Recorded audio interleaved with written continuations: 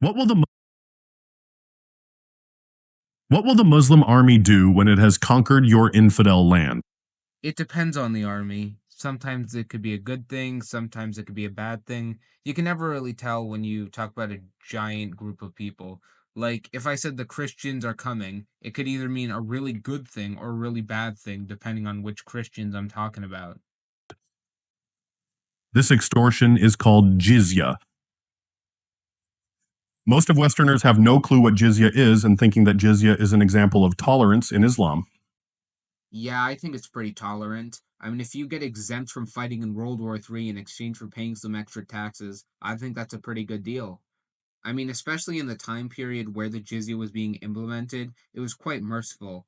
When the Crusaders first took Jerusalem, they murdered every Muslim and Jew. There wasn't another option for them, which I'm pretty sure most people would have taken in exchange for their lives.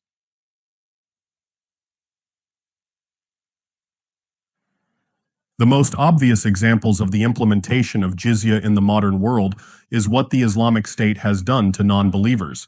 You using the Islamic State to make your argument is really dumb. It would be like me making the argument that the income tax is evil because the Nazis used it to fund their war effort.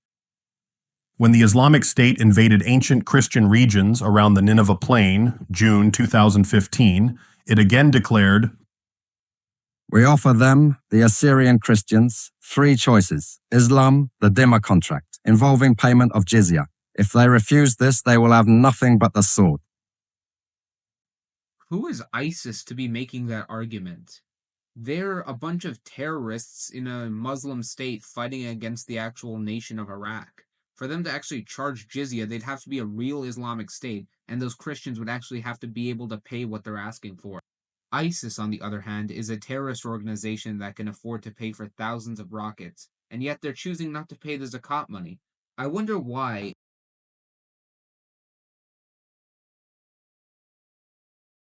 the Islamic State is not alone in calling for jizya from Christian infidels.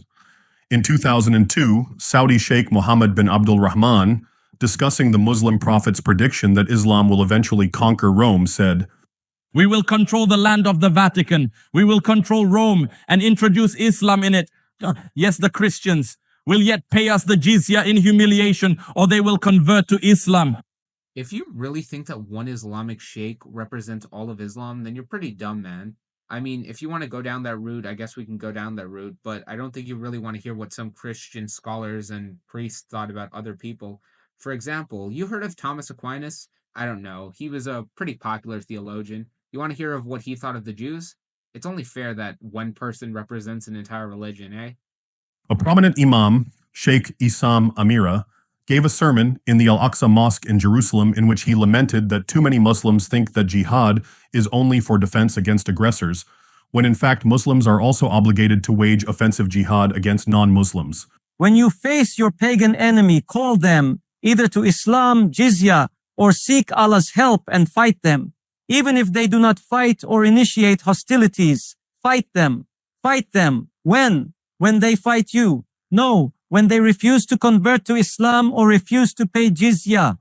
Whether they like it or not, we will subjugate them to Allah's authority.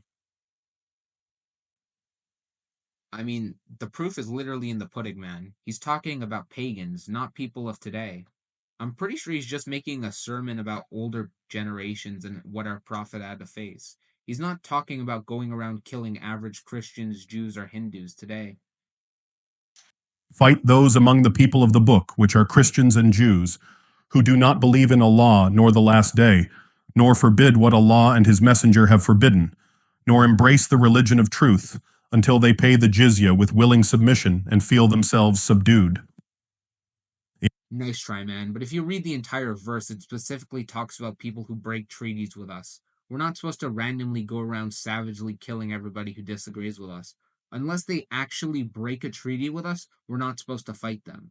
And if you want to randomly start quoting verses in the Quran without any context, I can definitely do that with the Bible. Read Numbers 31, verse 17 and 18.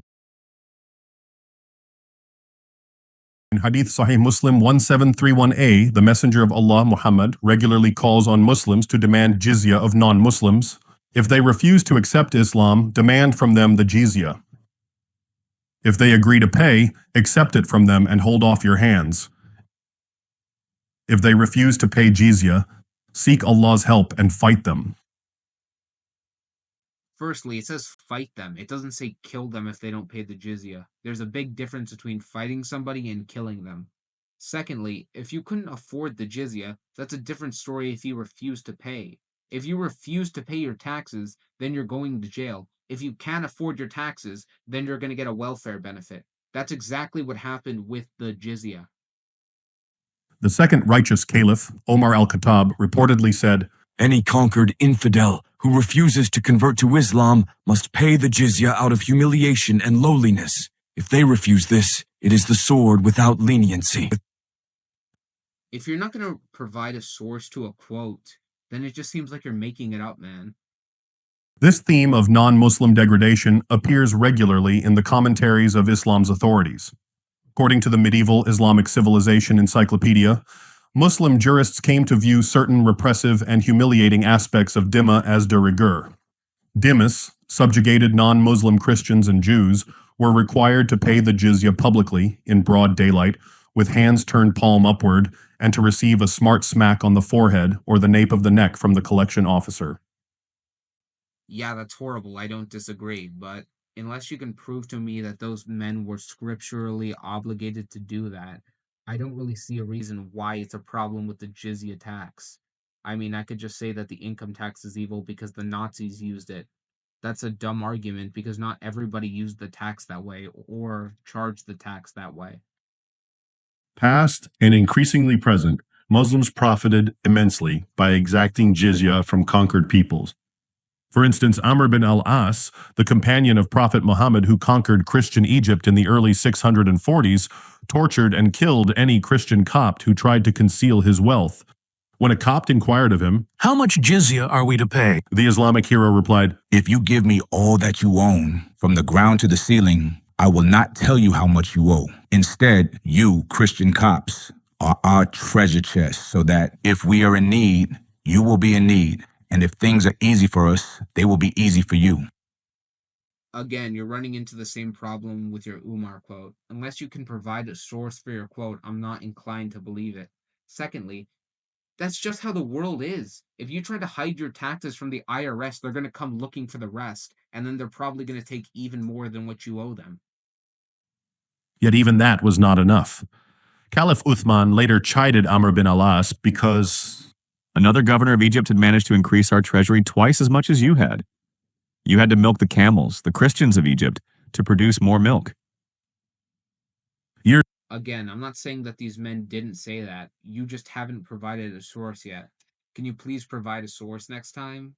years later, yet another caliph, Suleiman Abdul Malik, wrote to the governor of Egypt advising him, You better milk the camel more until it gives no more milk, and until it milks blood. Again, you gotta source your quotes. But also, even if he did do that, it's not really a fault of the tax or of the religion itself. It's more of a problem with that dude being insane.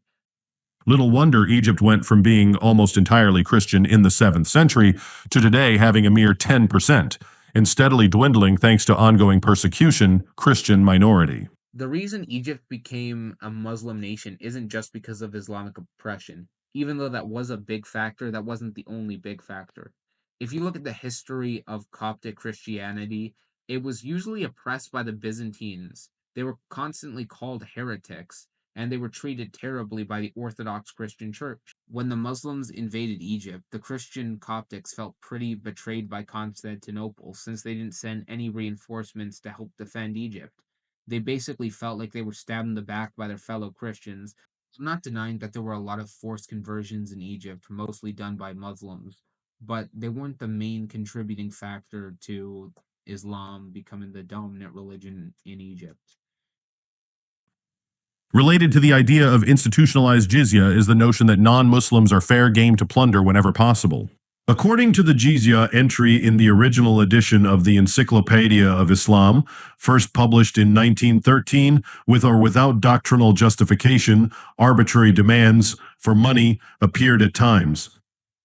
If they're not doctrinally enforced, then those are just people doing shit on their own. If Christians go around exterminating millions of Jews, that doesn't reflect badly on Christianity or the income tax. It reflects badly on those evil people doing those terrible things.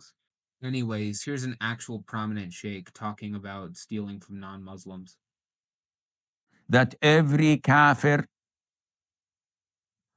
by default is halal to hurt and to take his money. And I said that this is not true. That the kafirs are 4 categories mentioned in the books of fiqh, and in a 5th category that is not mentioned, but it's known by default. So there is the dhimmi, who is living in our country, Muslim countries, and paying taxation. There is the musta'man, and he is from an enemy country, but is been given a permission to do a certain errand, like ambassadors, etc., and then leave. There is al-mu'ahad, who their country and ours, they have a pledge of or a treaty or not to attack one another. We don't have enmity, but we have this pledge like the majority of all countries worldwide. And there is the harbi. And the harbi is a person belonging to a country that is fighting us. There are enemies. This harbi, who are our enemies, we will not go and kiss on the cheek. He is our enemy. We have fights and wars one another. This is the one who is halal, ad-damu wal-mal. But all others are not. And likewise, if there's a country that we don't have any diplomatic relationships, but we're not at war with, so he's neither a dhimmi or a mu'ahad or a musta'man, we cannot transgress or attack or abuse or harm, because he has not shown us any type of hostility or enmity. And therefore, we do not fight. Even that medieval traveler, Marco Polo, whose chronicles appear impartial, made an interesting observation concerning the Muslims in Tauris, modern-day Iraq, in the 13th century. According to their doctrine, Islam, whatever is stolen or plundered from others of a different faith is properly taken, and the theft is no crime. Whilst those who suffer death or injury by the hands of Christians during the course of a plunder-driven raid are considered as martyrs. These principles are common to all Saracens Muslims. Unless Marco Polo can show me which of the doctrines he has a problem with, I don't believe him. I can say that there's a doctrine in Christianity that says that they want to kill every Jew on earth. If I don't show it, you don't have to believe me. All this is echoed in recent times by the words of Sheikh Abu Ishaq al-Huwaini, spoken a few years ago, concerning what the Muslim world should do to overcome its economic problems. نحن في زمان الجهاد، وقد أضلنا زمان الجهاد، والجهاد في سبيل الله متعة. متعة. الصحابة كانوا يتسابقون عليه، وإحنا الفقر اللي إحنا فيه إلا في مسألة الجهاد. كنا لو كل سنة عمالين ناخده مرة ولا 2 ولا 3، مش كان هيسلم الناس كثيرون في الأرض. واللي يرفض هذه الدعوة ويبينها بين الناس ويأخذوه ناسها ويأخذوا أموالهم وأولادهم ونسائهم، وكل دي عبارة عن فلوس. كل واحد مجاهد كان بيرجع من الجهاد وهو جيبه مليان، جايب معاه 2 3 شخطة و3 4 نسوان و3 4 ولاد. اضرب كل راس 300 درهم ولا 300 دينار ولا حاجة، راجع بمالية كويسة. لو هو راح عشان يعمل خطة تجارية في بلاد الغرب عمره ما يعمل الأموال دي. وكل ما يتعذر ياخد راس يبيع ويفك أزمته ويبقى له الغلبة. Like I said earlier, one sheikh making an argument does not mean that all Muslims are inclined to believe it. I mean, there have been plenty of evil Christians throughout history who have supported some really evil stuff, such as the ones who supported slavery, or the ones who supported the Nazis. So, it was for well over a millennium, Muslim rulers and mobs extorted money from infidels under their sway as a legitimate way to profit. You still haven't proven how it's extortion. You've just made a bunch of emotional arguments, man. But if you are saying that all taxation is oppression, I agree. But I don't think that's the argument you're trying to make, man. Much of this financial fleecing came to an end thanks to direct European intervention. Beginning in the mid-19th century, one Muslim region after another abolished the jizya and gave non-Muslims unprecedented rights, originally to appease Western powers, later in emulation of Western governance. The Ottoman Empire's Hat-i-Humayun decree of 1856 abolished the jizya in many Ottoman-ruled territories. Elsewhere in the Muslim world, the jizya was gradually abolished wherever Western powers were present. Well, that is mostly true. Nations like the Ottoman Empire definitely were forced to abolish the jizya if they wanted Western economic aid. But nations like Afghanistan and Iran independently ended the jizya. And why they did it was because it was bad for the economy. When people are taxed high, they're not incentivized to go out and shop for stuff they want. So it affects the economy. Today, however, as Muslims reclaim their Islamic heritage, often to the approval and encouragement of a West, now under the spell of multiculturalism, jizya, whether institutionalized as under the Islamic State or as a rationale to plunder infidels, is back. Even in the West, in 2013, a UK Muslim preacher who was receiving more than £25,000 annually in welfare benefits referred to British taxpayers as slaves and explained, "We take the jizya, which is our haq anyway. The normal situation, by the way, is to take money from the kafir, isn't it? So this is the normal situation. They give us the money, you work, give us the money, Allahu Akbar. We take the money." Again, can you please provide a source for your quote next time? Anyways, that dude's just a loser. That doesn't reflect badly on all Muslims. I hate him too. That dude's just a welfare flunky. University professors know the truth about jizya, the West is today oblivious thanks to its leading authorities on Islam, Western academics and other experts and talking heads. Consider the following excerpt from John Esposito, director of the Prince Al-Walid Center for Muslim-Christian Understanding at Georgetown University, and a widely acknowledged go-to source for anything Islamic. In many ways, local populations, the Christians, Jews, and others, found Muslim rule more flexible and tolerant than that of Byzantium and Persia. Religious communities were free to practice their faith, to worship and be governed by their religious leaders and laws in such areas as marriage, divorce, and inheritance. In exchange, they were required to pay tribute, a poll tax, or jizya that entitled them to Muslim protection from outside aggression and exempted them from military service. Thus, they were called the protected ones, or dhimmi. In effect, this often meant lower taxes, greater local autonomy. Despite the almost gushing tone related to Muslim rule, the idea that jizya was extracted in order to buy Muslim protection from outside aggression is an outright lie. Equally false is Esposito's assertion that jizya was paid to exempt them, non-Muslims, from military service, as if conquering Muslims would even want or allow their conquered infidel subjects to fight alongside them in the name of jihad without first converting to Islam. Firstly, that's not true. Our second Caliph Umar allowed for Christians to fight alongside Muslims instead of paying the jizya. A specific tribe called the Jamari tribe didn't have to pay the jizya because they served in the army with Muslims. In reality, and as demonstrated above via the words of a variety of authoritative Muslims, past and present, jizya was and is indeed protection money, though protection not from outsiders, as Esposito and others claim, but from surrounding Muslims themselves.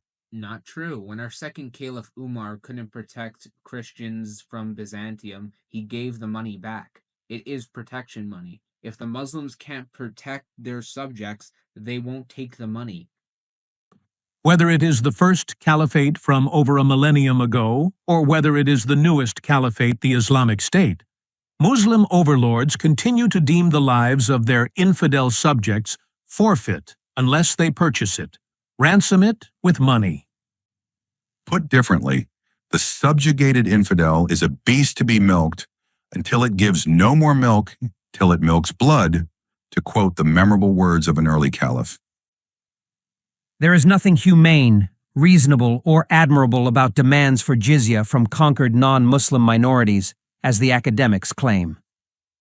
The reason why Muslims don't have to pay the jizya is because we're already obligated to give money to the poor. During the early caliphate, when Christians couldn't pay the jizya, Muslims would give them money through our zakat. The only reason why Christians have to pay the jizya is because they aren't obligated to give money to the poor. Jizya is simply extortion money. Its purpose has always been to provide non-Muslims with protection from Muslims. Pay up, or else convert to Islam, or else die. I love the fact that this dude is trying to guilt trip Muslims into thinking that this is some evil practice. This is just how the world is. If you don't pay taxes, you're going to get punished. It doesn't say that you have to kill the people who don't pay the taxes. You're just going to get roughed up.